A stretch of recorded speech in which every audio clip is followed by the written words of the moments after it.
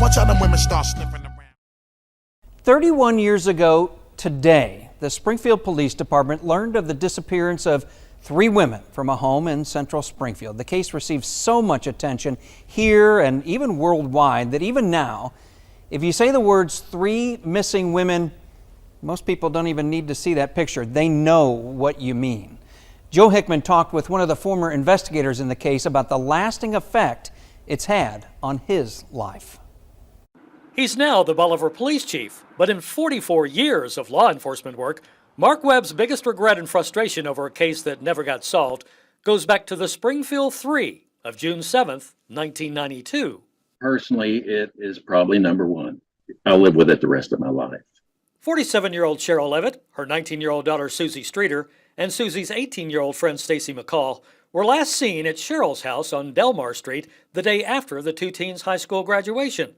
The front door of the house was open, and the family dog was left behind, in addition to money, clothing, cars, keys, and other personal items. Yet there were no signs of a struggle. For family and friends of the 3 missing women have been haunted by a mystery. Despite Herculean efforts to find them, including local and national media coverage and distribution of flyers, the 3 have never been found.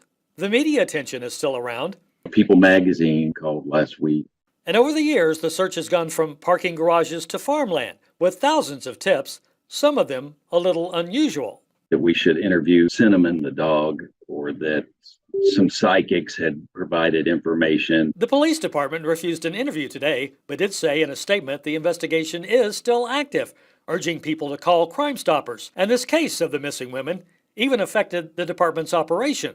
It impacted the way that the police department conducted investigations. We were still just at the forefront of computers and the technology. This incident happened long before DNA, so it's a different world now. How many more days can I go? Stacy's mom, Janice McCall, whose devotion to the case has never wavered, declined an interview today because of health problems.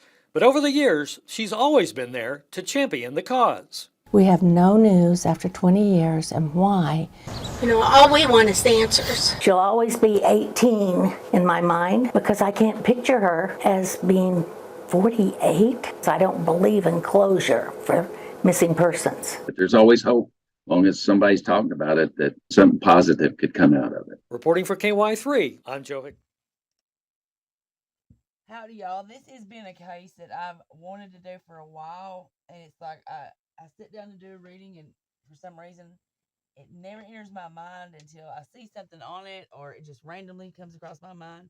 Well, it randomly crossed my mind, and I decided right then and there, I'm definitely going to do a read on this, because I've come up with all kinds of theories and thoughts on things, and it just, nothing ever pans out. So I'm very interested in seeing what the cards tell us when it comes to this Springfield 3, or Susie, Stacy, and Sherrill. Okay.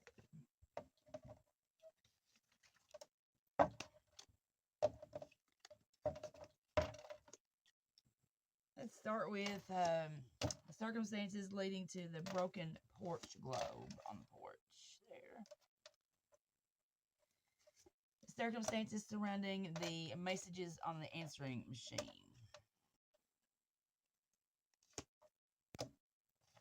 The truth behind the tip that they're buried under the parking garage of Cox Hospital.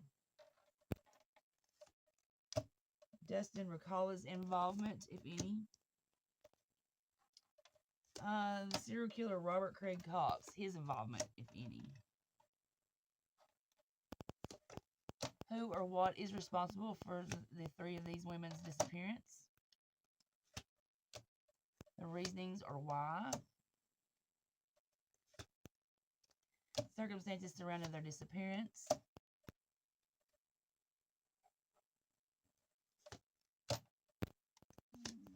Reasonings. All right.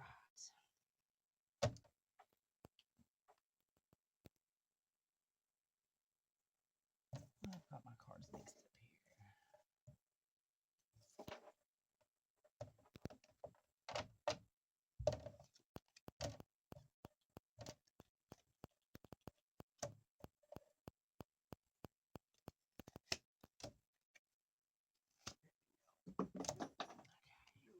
Now, that's right.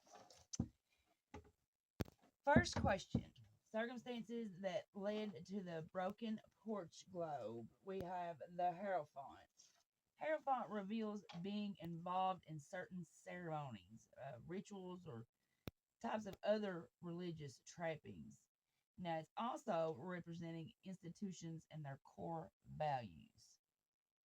Very interesting answer for that. Surely wasn't where I was going with it.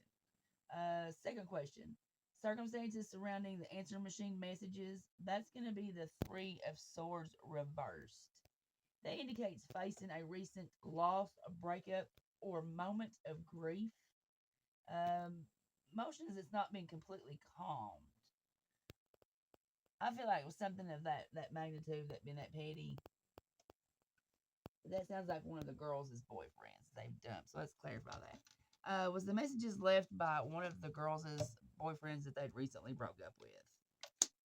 Yes. I don't feel like that's even connected to the case, actually. Next question. The truth behind the tip that they are buried under the parking garage of Cox Hospital. That's a Seven of Cups reversed. That implies being unclear about what you're searching for. It indicates an end of confusion, moving forward with clarity. All that tells me, I feel like that is exactly a saying it's where they're at. That they're not looking for or searching for the right thing or the right place, but that's definitely where they are. Let's see some clarity there. Yes or no, are they buried under the parking garage at the Cox Hospital? Yes. No. Wow. They'll never be able to pull that up either, so that's a perfect hiding spot. Dustin Ricala's involvement. That's the King of Cups. Now, the King of Cups is one of the most influential cards of this suit. Represents the unconscious. So, no, I don't think he was, but let's do a clarifier. Was Dustin Ricala involved in the Serb disappearance? No. Well, okay, when it comes to the serial killer, Robert, let's see what his card is. It is Justice Reversed. Justice Reversed shows someone who's running from their guilt, their future depending on their actions, and what that entails is asking what they'll do to tip the scales back in balance. It's making up for your wrongs. It also represents an unfair outcome of a case that you will not accept. I don't feel like he's got any involvement, but I could be wrong here. So, yes or no, is Robert Craig Cox involved? Or Robert Craig Cox. No, he's not involved. That's why he won't give no information or no statement on that. Now, the next question we've got is who or what is actually responsible for their disappearance? And that's the Ten of Swords. That indicates a major disaster, one that was unforeseen. Now, this card carries a sense of betrayal. Now, it shows this character has been stabbed in the back, ending in tragedy.